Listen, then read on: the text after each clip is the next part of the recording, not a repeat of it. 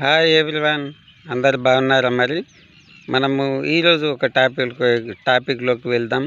మన కోరికలు ఎలా తీర్చుకోవాలి, మరి కోరికలు తీర్చడానికి ఏవి ముందు ఉంచాలా, ఏవి ముందు ఉంచకూడదు అనేసి నేను అంటున్నాను.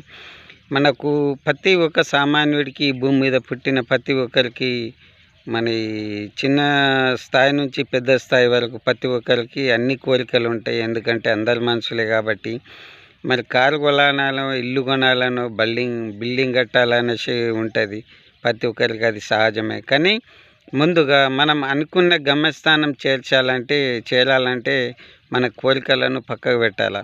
పక్కుంటోడు గెలుపుతూ ఉంటాడు, రే ఈరోజు పుష్ప సినిమాకి పోదామా, మరి ఇట్టయిందట, లేదు ఫలానా క్యాంటీన్కి మరి అది తినేద్దామా, ఇట్లా అంటాడు.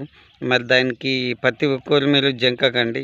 మరి డబ్బుకు కూడా మన కోరికలు తీరాలంటే మరి డబ్బుకు కూడా ప్రాధాన్యత ఇవ్వాలా. మరి బిజినెస్ పరంగా అయినా కానీ, స్టడీ పరంగా అయినా కానీ, దేనికైనా కానీ మనం ముందుకు ఎదగాలంటే ముందు వాళ్ళతోటి స్నేహం చేయాలా.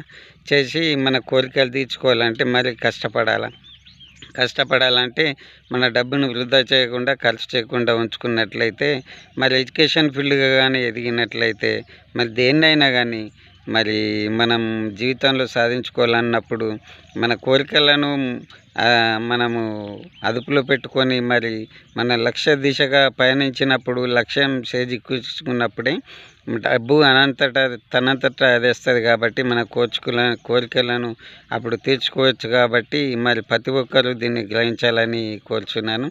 మరి ముఖ్యంగా ఏంటంటే, చాలామంది మరి ఈ రోజులల్లో మరి పబ్లకే కానీ, మరి ఇది రెస్టారెంట్లలో కానీ, ఎక్కడన్నా కానీ అక్కడిక్కడ మరి అనవసరంగా డబ్బు ఖర్చు పెడుతున్నారు. కాబట్టి డబ్బుకు, టైంకు మరి విలువిచ్చి మరి మన అనుకున్న గమ్యస్థానానికి చేరుకోవాలని కోరుచున్నాను. కాబట్టి ప్రతి ఒక్కరు గమనించగలరని నా యొక్క విజ్ఞప్తి. మరి ఓకే, ఉంటాను. ఈ వీడియో నచ్చినట్లయితే లైక్ చేయండి, షేర్ చేయండి, సబ్స్క్రైబ్ చేయాలని కోరుచున్నాను. ఓకే, మరి బాయ్.